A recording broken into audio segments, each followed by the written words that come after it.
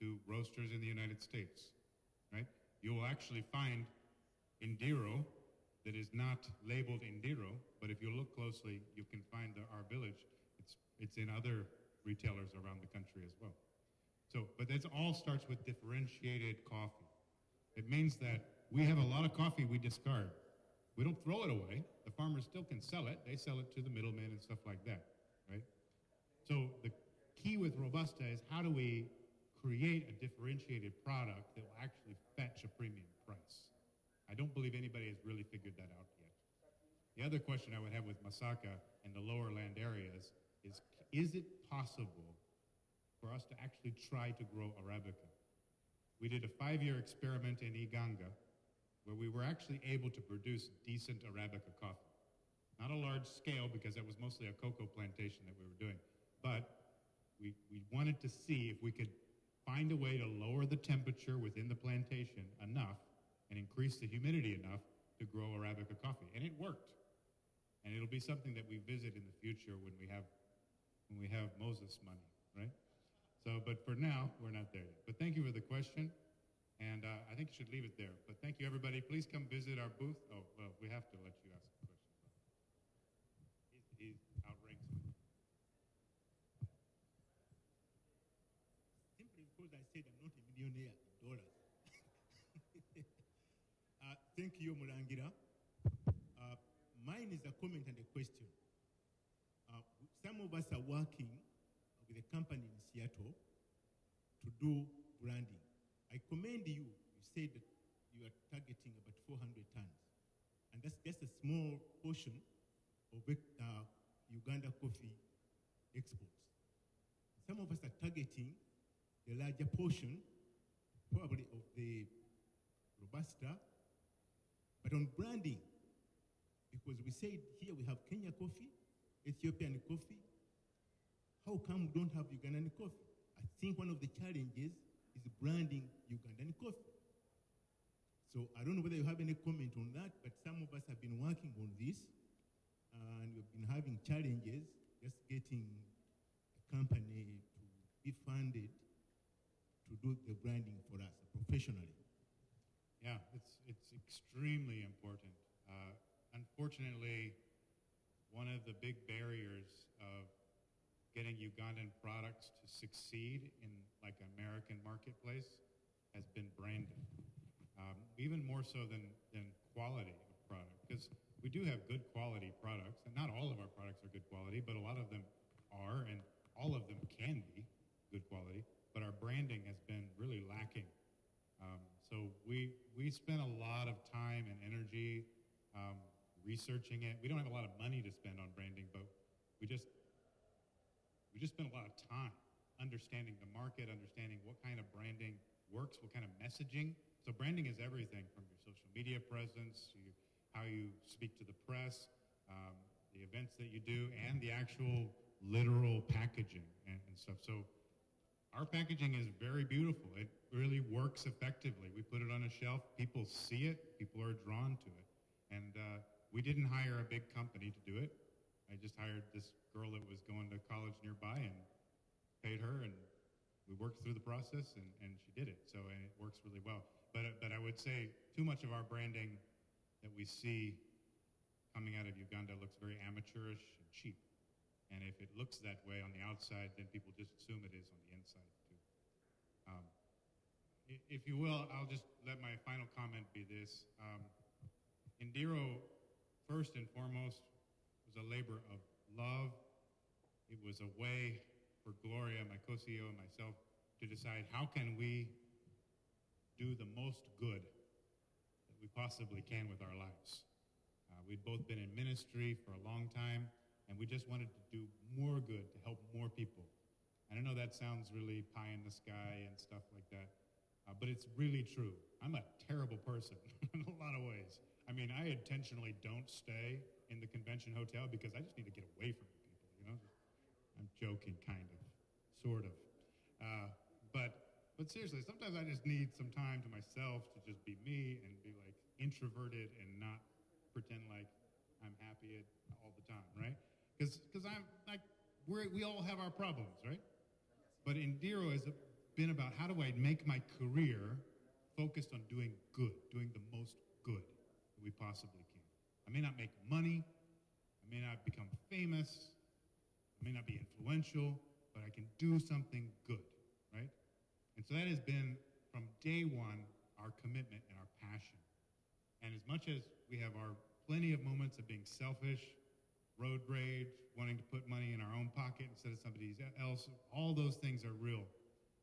But we have held the course up till now to make Endiro always about doing the most good we possibly can. Jesus said something about that, right? He said, don't lay up your treasures on the earth, right? Where moths and rust and thieves and banks come and take it, things like that, right? We've all been going through this pandemic and stuff, and too many of my friends in the industry, restaurant industry, hospitality industry, coffee industry, have folded. Their businesses have gone under. And we've been so close, so many days, to just having to go under. And in all those times, I think the bank can come and take my car, take my house. The bank might do it. The bank may come and take our coffee roaster, our nice, beautiful coffee roaster there in Aurora. May take all that we have. But the bank cannot undo what we've already accomplished in the lives of farmers, baristas, young leaders who have now gone on to bigger and better things. That good cannot be undone, and there's no bankruptcy that can undo it. So, that's storing up treasure, not upon the earth, but in heaven, right? And I just want to encourage you, whatever you're doing, you're entrepreneurs, you love to do new and exciting things in trade and investment, go and do it. But I beg you to keep good. Our motto is brew all the good you can. Keep that central. Do something that cannot be undone. Right? That's it. Thank you very much. Thank you very much, Cody. There's an exercise I want to go through very briefly here. To be honest, Endiro and Cody are some of my heroes. When I'm in Uganda, I always go to Endiro Coffee near my home. I take a picture and I send it out. I set alarms so I know where we stand in our forum here. It's now noon. I needed to make sure I know. So there's an exercise I want to go through.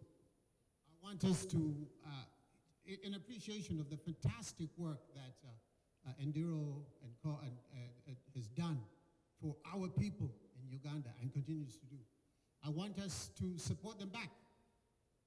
How much is this? Ladies and gentlemen, this is $30. It's beautiful. Okay? You can find your own downstairs amongst the vendors. Please go and buy them all. And the coffee bag is 10. All right. So let's get more serious here. For those of you coming from Uganda, you can go and buy your own coffee from. I'll give you the address of Endiro. It's right there. But last time, I think it was in Chicago or wherever it is, I bought 10 of the Endiro coffee bags. Let me have that bag.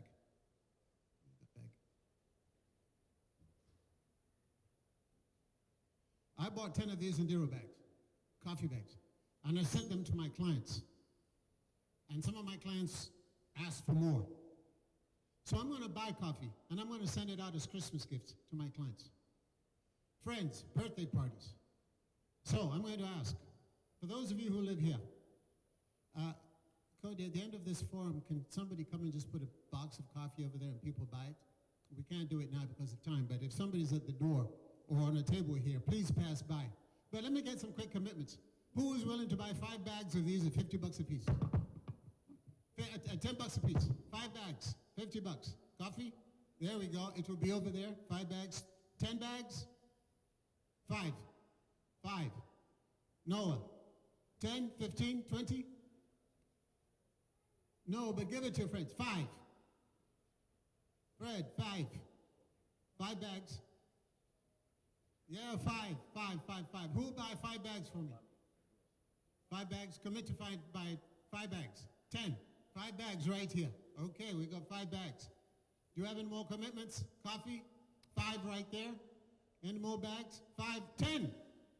10 right there. 5 bags. Any more commitments? to buy 5 bags of coffee? Okay. I know that my company can consume these, so we're going to take 10. And then my wife who's coming tomorrow, I'm going to talk to her and see if we can get more. So the coffee bags will be back there. Please go by before you leave and buy them. And let's support. Now, you also have T-shirts and stuff, am I correct? Okay.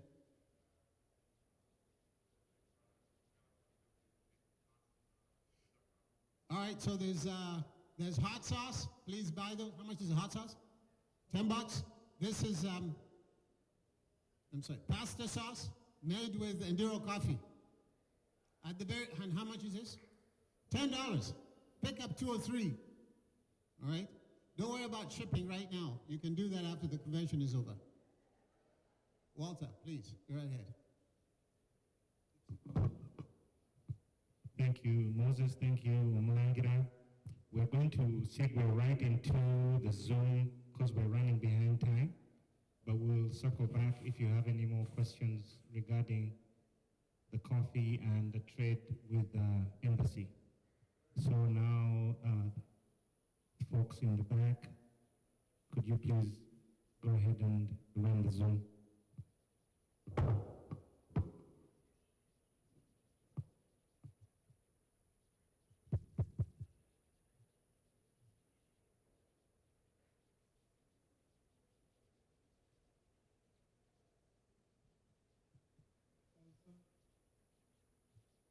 Also, whenever you're ready, could you... Can we get started?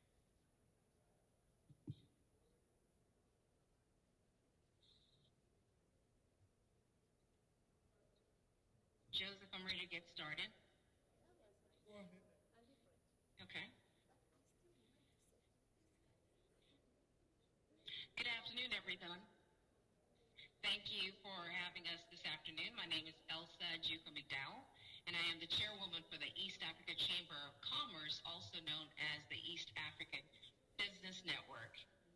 The East Africa Business Network, also known as EACC, is a dynamic organization, has been around for 17 years, and has 13 board members. Our job is to promote trade and investment between the United States and East Africa. In addition to having this great opportunity to lead this prestigious organization, I also co-manage U.S. training, outreach coordination for women in business, recruitment, coordination sessions with AGOA. And today we have an expert with us, Mr. Dr. Wilmot Allen. But I'd like to add one more thing before I introduce Dr. Allen. I'd like to invite everyone here to the upcoming conference, September 29th through October 1st, which will be here in Dallas, Texas. With that said, Dr. Wilmot Allen is an experienced emerging market entrepreneur, investor, management consultant, a political economist. He's based in Nairobi, and he's the founder of Venture Lift Africa, an investment advisory firm facilitating investment, trade, tech transfer, market entry, expansion for SMEs, startups, and corporates. His recent clients include USAID, Africa CDC, and over 100 SMEs across an array of sectors. I'd also like to thank our founder, Mr. Vincent Kasue, who's watching this, and all of you here. Madam President, we really appreciate you and the UNAA leaders.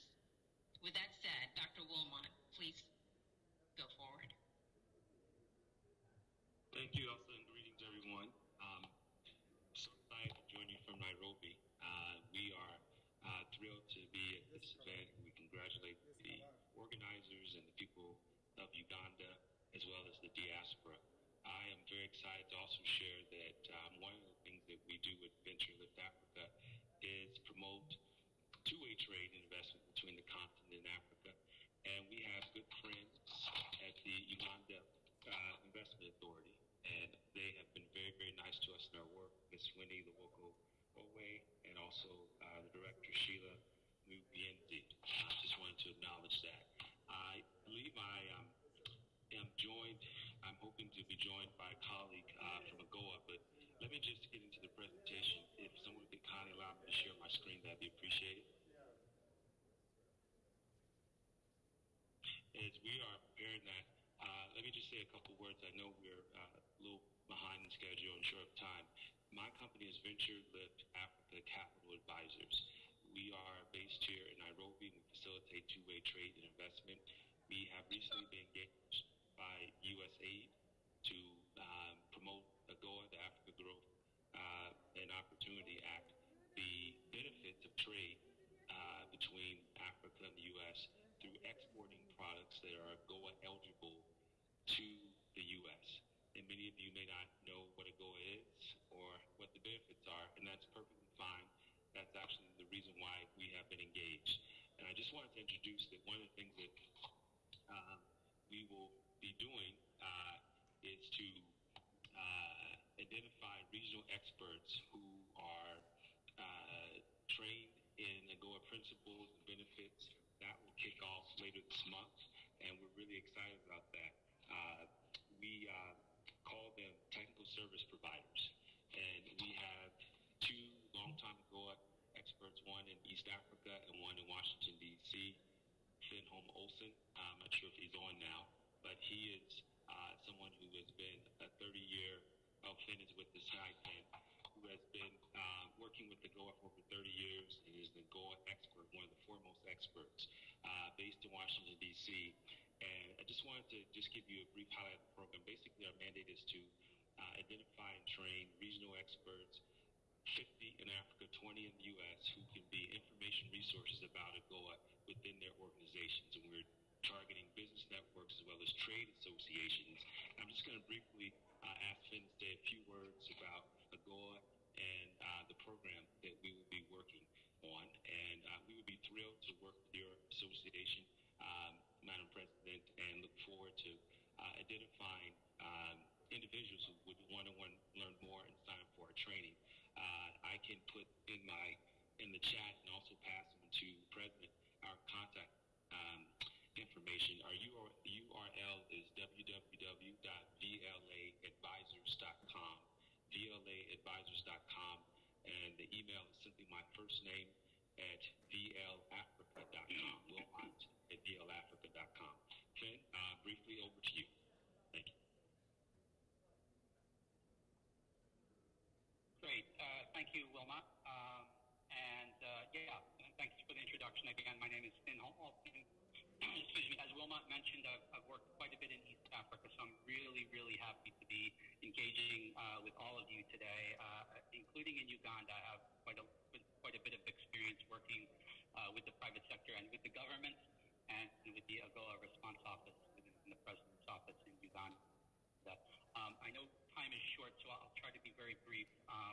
I think Wilmot gave a very brief overview. Basically, AGOA is a program available to all African eligible countries, established in 2000. It's basically, the easiest way to look at it is it's GSP plus. So it's duty-free access to the U.S. market under GSP plus another 1,500 product categories, chiefly among them apparel. So the work that I was doing previously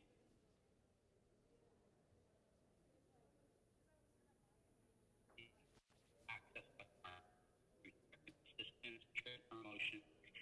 This project in particular is really more of a train-the-trainers model. So we're focused on working with associations such as yourself. Wilmot mentioned that we will be training AGOA technical service providers that will then carry out trainings in each of the countries and through each of the associations that we work with. We've identified 4 major modules that we will be creating original content and training materials to deliver this training. The first one is, we're calling it AGOA 101, which is really just a comprehensive introduction to AGOA. The second module is determining the harmonized system codes for your particular product. So if you're a company exporting under AGOA, how to determine that and how to determine if in fact your product is eligible for duty-free. And the documentation required as well. The third area is basically a sectoral breakdown or a sectoral drill down, where we will take a closer look at specific sectors, be it specialty foods, textiles and apparel, spices. In Uganda, obviously coffee, other niche products we will be looking at. And finally, compliance, both compliance from a U.S. government perspective through Homeland Security, but also social compliance and looking at logistics issues. So those are really the four modules that we will be developing. As Wilmot, I believe, mentioned, so basically we are targeting training service providers both in Africa, about 50 of those, as well as 20 in the U.S. So, again, I'll just finalize by saying that this project is quite different than the previous trade hubs that you may have been aware of or worked with. This is really working with associations such as yourself directly and working hand in hand and developing content and expertise on the ground in Africa and also through the diaspora here in the U.S. So I'll stop there. Thank you, Finn. I'll just add one last thing. This is Wilmot again. This is a multi-billion-dollar opportunity. I've been involved in trade with the U.S., helping bring great African brands ranging from coffee to tea to PPE during the height of COVID, to furniture, to different textile and apparel, and specialty food items. So there's such a great opportunity. We know Uganda is a really strong East African country, and we know that you all have close ties. But what most Americans don't know is about AGOA and how that you can import duty-free. So we are thrilled to be able to present. Thank you again to Madam President, as well as to Elsa and Vincent for making this opportunity possible. I have put my information in the chat. You can reach me directly at wilmot@dlafrica.com, or our friends at EACC. Elsa and Vincent will also pass on your information. Just so you know, the timeline is we're recruiting right now, so we can start in the next couple of months with the training. So the sooner we receive your information, we will send you more information about the program. The requirements is totally free. It's about 90 minutes per session, and it will equip you to develop a service to your network, your business network, about how to take advantage of AGOA. Thank you so much. We appreciate the opportunity. Thank you. Thank you very much. Thank you, Ben. Thank you, Dr. Wilmot. Do we have, can you hear me out there? Can you guys hear me on Zoom? If we take questions, will you be able to hear us and respond? No, from here we can hear you, but the folks out there. Dr. Allen, can you hear me? Yes, we can. Thank you. Yes, you can. Okay. So, first of all, I'd like to make a request to the folks who can. I've received multiple requests for the Wi-Fi in this room. What I'm told is that your Wi-Fi in your room up there may not work here. So, Madam President, or any of you officials out there, can you please tell us what the Wi-Fi code is for in here? I'm sorry, what? Okay. UNAA 2022. How to contact us. Okay, so the UNAA, reach out to the president. She has our contact information, as well as the East Africa Chamber of Commerce. And you can see us in person. As Elsa mentioned, there's a fantastic conference for the wider region of East Africa being planned next month, September 29th to October 1st in Dallas, Texas. So please join us in person there. In the meantime, feel free to reach out to us by email so that we can get you the information you need about the modalities of the program. Thank you so much. Right. I'm not sure if that was a question. No, that wasn't a question, but you answered the next one, so I won't ask my next one. For those of you looking for the Wi-Fi connection here, it's UNAA 2022. All right? UNAA 2022. Do I have any other questions of the previous speaker? Do you have any questions? No. With that, sir, we thank you very much for your presentation. Can we get that in writing? Because I forgot. For all of you who are presenting, we're going to ask you for a synopsis of your presentation so that we can put together a compendium of sorts of this particular forum. And if we can, we'd like to ask you for a synopsis, just a summary of what you've said so that it can be included in our own compendium here. With that, we thank you very, very much. Yes, we will certainly follow up with an overview in writing and a summary and with contact information as well. Thank you. All right. Thank you very much. By the way, lunch is being prepared, but we put it off just a little bit. We unfortunately got started 50 minutes late, so we're doing catch-up. We might have one or two people that we're going to have to cut up to do this. I'm going to ask all of you to do something. I'm going to ask all of you to stand up at this moment. We've been seated for a long time. Please stand up, look around you, shake hands. I'm only going to give you 2 minutes because we've still got other presentations. Reach over to the next table, say hello, shake somebody's hand.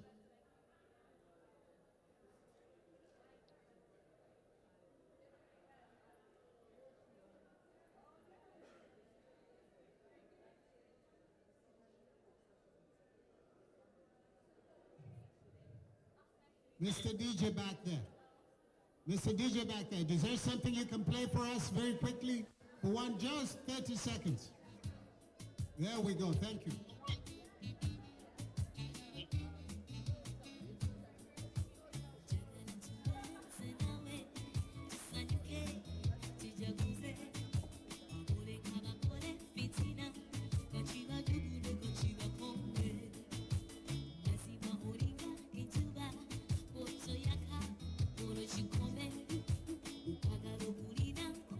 you.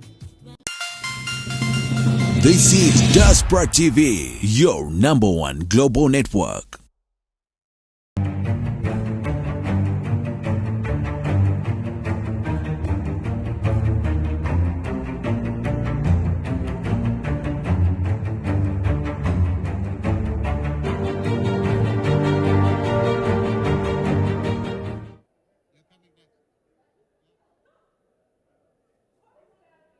Please take your seats. We're going to be having lunch in about an hour. You'll be able to get up and talk to some people at that time again. Let me ask you to please sit down. Please sit down. Banai, Muture, Kachini.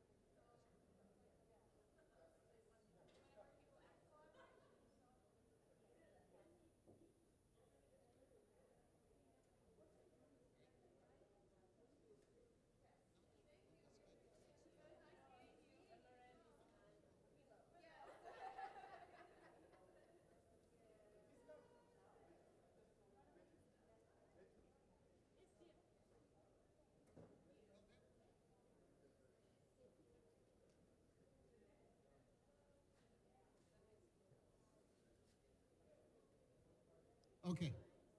I want to invite at this time Mr. Idris Kironde.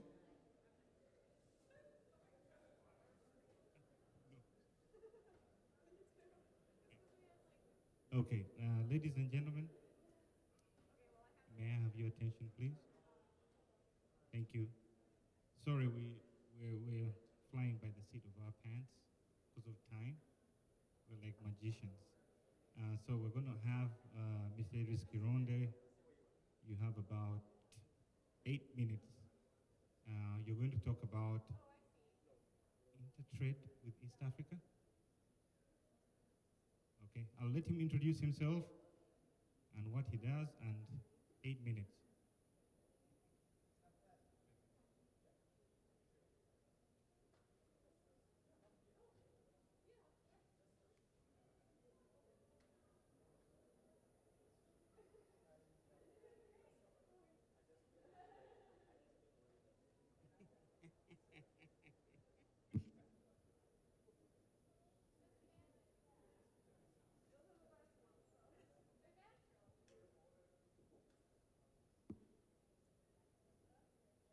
Hello, everyone.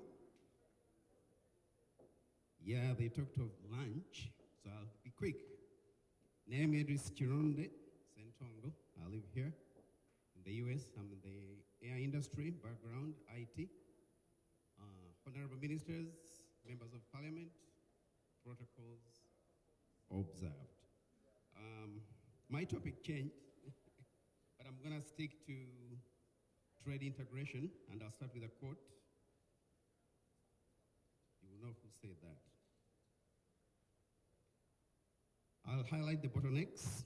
The free movement of goods and services is a matter of survival for Uganda, East Africa, and Africa. This, according to President Museveni, is one of the ways Africans can prosper. Once we know this, then we must accept the free movement of goods, services, removing taxes and non-tariff barriers, border restrictions, like visa requirements, roadblocks, and making it easy for the movement of goods. Those are some of the bottlenecks we can remove, tariffs, and we have laws within East Africa that restrict some of the members to open businesses, like you have to be a national to open up a business in Rwanda, or you have to get a Rwandese partner. I think maybe those are some of the bottlenecks as well. However, to integrate in business, we can also integrate in marriage. So if you have a Rwandese wife, you can register your business in Rwanda. First, I was to talk about adding value. People have mentioned that. We Africans are willing to kill our citizens so that we can have tomatoes on European shelves. Why? Because if you go and kill mosquitoes and spray, they will not accept your products. They will not accept your tomatoes. So we'd rather people die of malaria so that we can put avocado or tomatoes on the European market. But I've heard there are so many bioscientists over here. There are like 100 plants you can name that you can plant without spraying in the field that can repel mosquitoes. And you could easily sell your tomatoes in European markets. We also have much as we refuse to spray the mosquitoes, some of our leaders in Africa allow these European companies to dump toxic waste in our country. And we are willing to accept toxics, but we are not allowed to kill mosquitoes in the field. You go figure. Proximity to markets. I'm going to highlight when you choose to manufacture something or to plant, to produce, you have to consider 4 things. Proximity to markets. How far are they?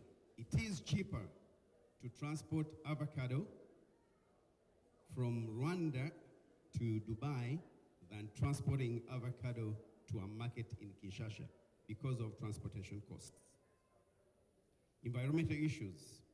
There are people, who can fight you if you're going to start a factory because you are going to kill either the population, whatever.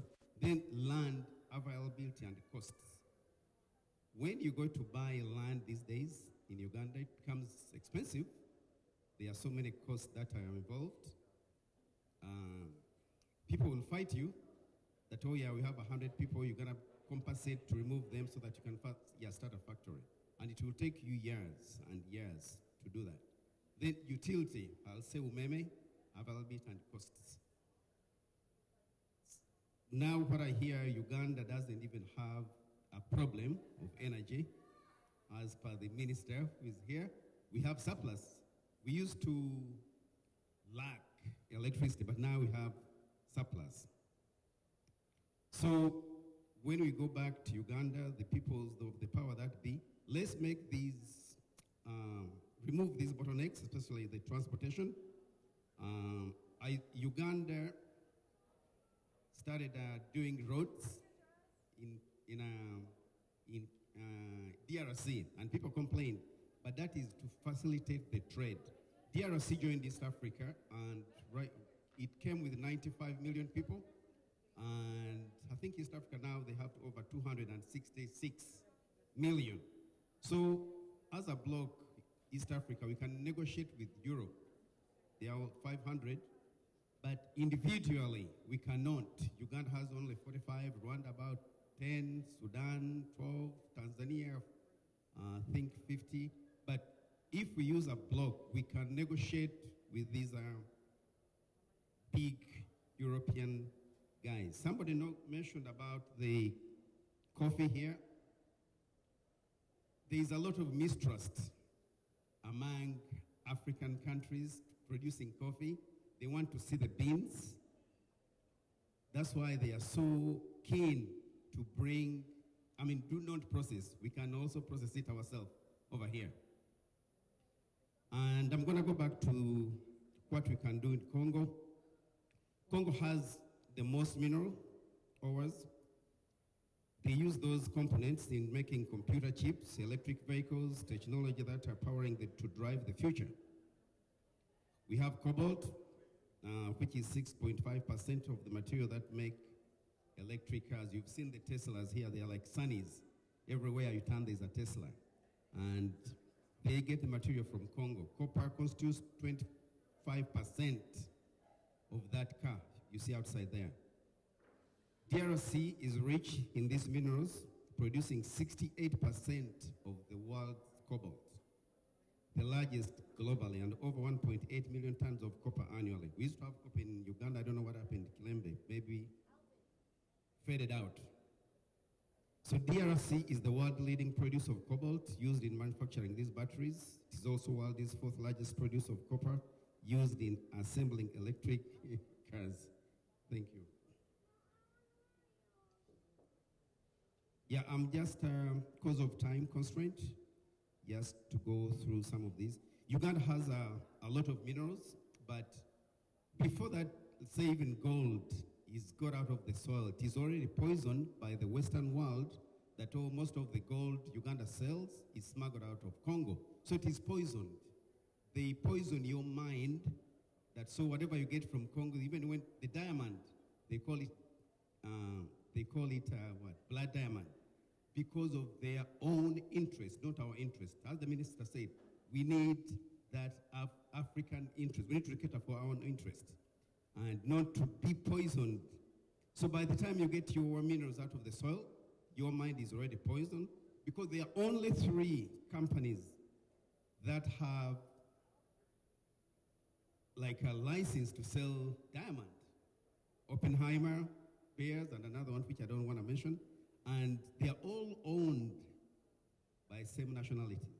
So they are you need to go through them to sell your product, to sell your minerals.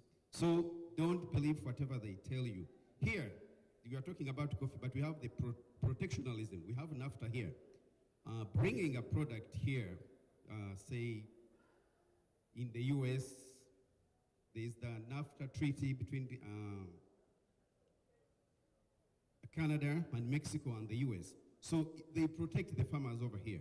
So to penetrate that market, and now we have a chance of AGOA, which is very good, but we need also to bring the quality to standard as well, and will create a lot of jobs. The current population of Eastern, not East Africa, is 469 million, almost 500. So we are at par. When we negotiate, let's use the population instead of one country going to negotiate. They weaken us. So when you go to negotiate as an individual that, okay, we are going to sell this product to country X as an individual. Rwanda, you only have like, say, 10 million. Kenya, 53 million. But if we are together, we can also go to the moon. But if you are alone, it will take you 1,000 years to do that. Yeah, and because of time constraint, I've just summarized my presentation, and I have actually a copy of this in case anyone wants them. And if anybody has questions, I'm here.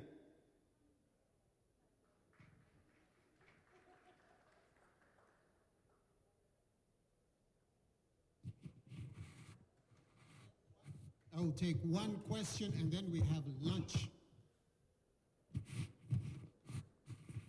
Yes, we are in a union city. We are sort of ruled by the people who run the show.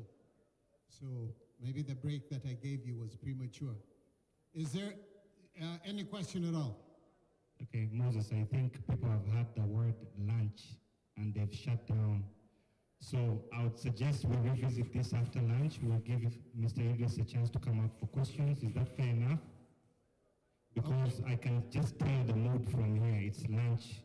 Please get your lunch. It's over there. It's a buffet, and bring it back because we have presentations pretty much during lunch. We now need to catch up. Okay, lunch is ready, folks.